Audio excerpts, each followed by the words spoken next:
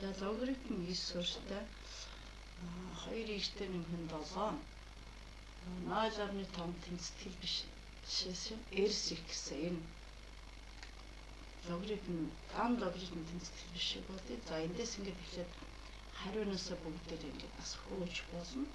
За x-ийн оронд сөрөг 3.5-ыг хийхлээр энэ чинь яг нь ээш дээр хэлбэр арга хийх гэдэг шүү дээ. Тэгэхээр логарифм 9 2-ыг үржих нь сөрөг 3.5 нэмэх нь 7 гэдэг маань юу гарах юм гэхлээр логарифм 9 суурьтай. За энэ чинь 7 гар. Тэгэхээр тэг гар. За тэг байх юм бол энэ юутай тэнцэх байх юм бэ гэхлээр энэ чинь 9-ийн ямар зэрэг тэг вэ гэх тийм ээ. За би хариу сөрөг 2-ыг орлуулъя. Сөрөг 2-оос бага тоо гарах юм. За сөрөг 2-ыг орлуулбал юу болох вэ? 9 сөрөг 4 нэмэх нь 7.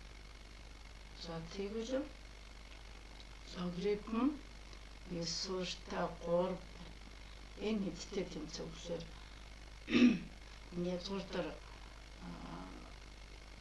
энтэй тэнцэх. За тэгэхээр b байж болох нь за энэ хоёрын хооронд гэхлээр бид нар 3-ыг сөрөг 3-ыг орлуулж байна. Сөрөг 3-ыг орлуулбал c хариун дээр юу болох вэ гэхээр логарифм 9 суурьтай сөрөг 3 гэхлээр сөрөг 6 1 бол. За тэгвэл энэ бол тэгтэй тэнцэх байж байна.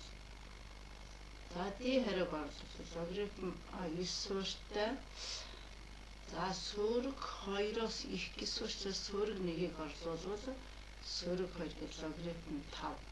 За энэ ямар ч үс энд нэг утга байна. Тийм ээ? Ингээд. За ингээд b хариу юм байна гэж боддог.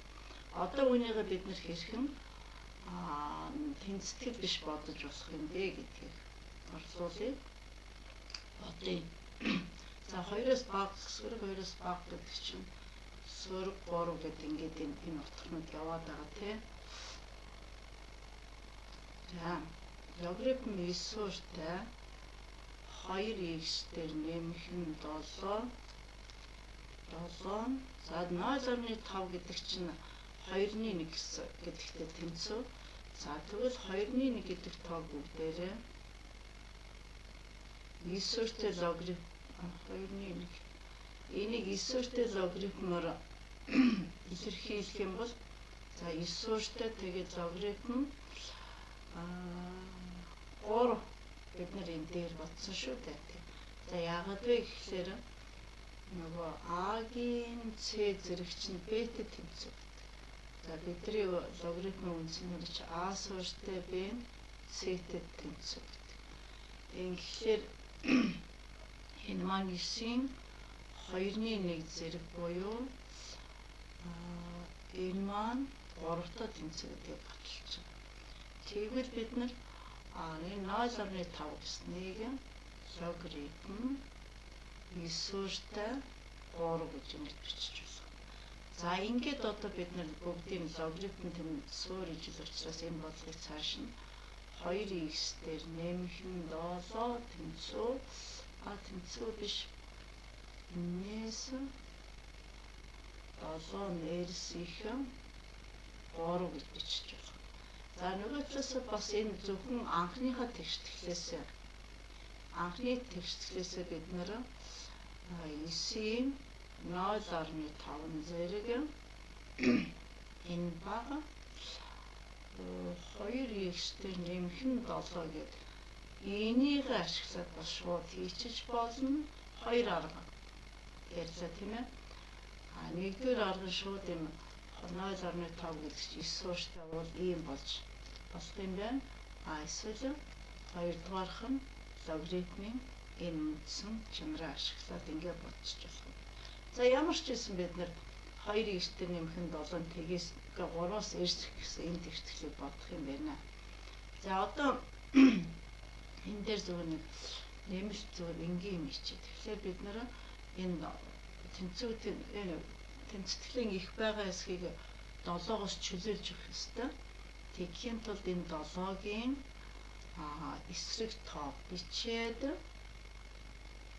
энд байгаа 3 байгаа шүү дээ. Тэгвэл нөгөө бас адилхан энэ эсрэг тоогоо бичиж өгч. За энийг бол 6 7 дугаар ангид өгсөн. Тэгээд нэгэнд ээш хэлж орж иж яваад сануулж байна. За одоо тэгвэл 2x нь сөрөг 4-өөс их болж. Тэгэхээр x нь сөрөг 4-ийг хуваах нь 2. Тэгэхээр x бол сөрөг 2-оос их тоо байх нь батлагдаад бидний энэ хариу зөв болж таарлаа. За үүнийг одоо бид нар энэ чинь хэдийгээр тэмцэтгэл биш боловч энэ чинь 2 функцийн нэгдмэл тэмцэтгэл биш гэж ойлгож болно. За тэгэхээр эхнийх нь байна шүү дээ энэ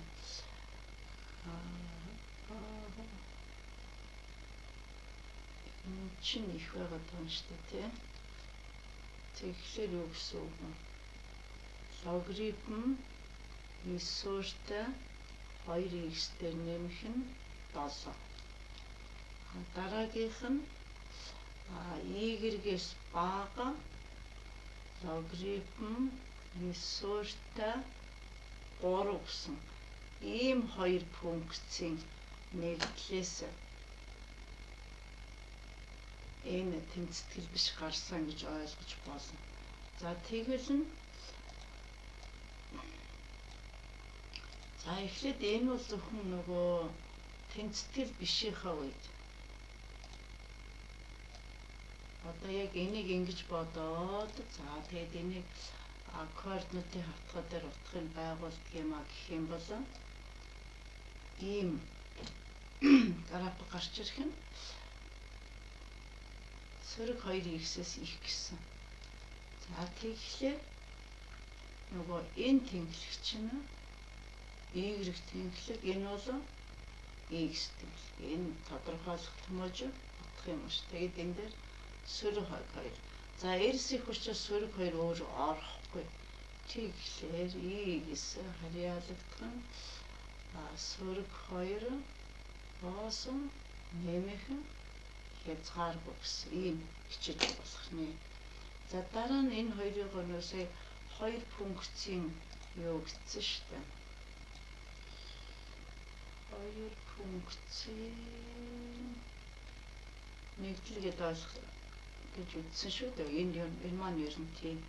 За тэгвэл нь дараагийнх нь нөгөө тэнд явна. Хэлэлцээ ихтэй болчихжээ. За яах вэ? За одоо энийг 2 функцийн график юм гэж үзэх юм бол логарифм ойноос чи 2 ижил юм тий.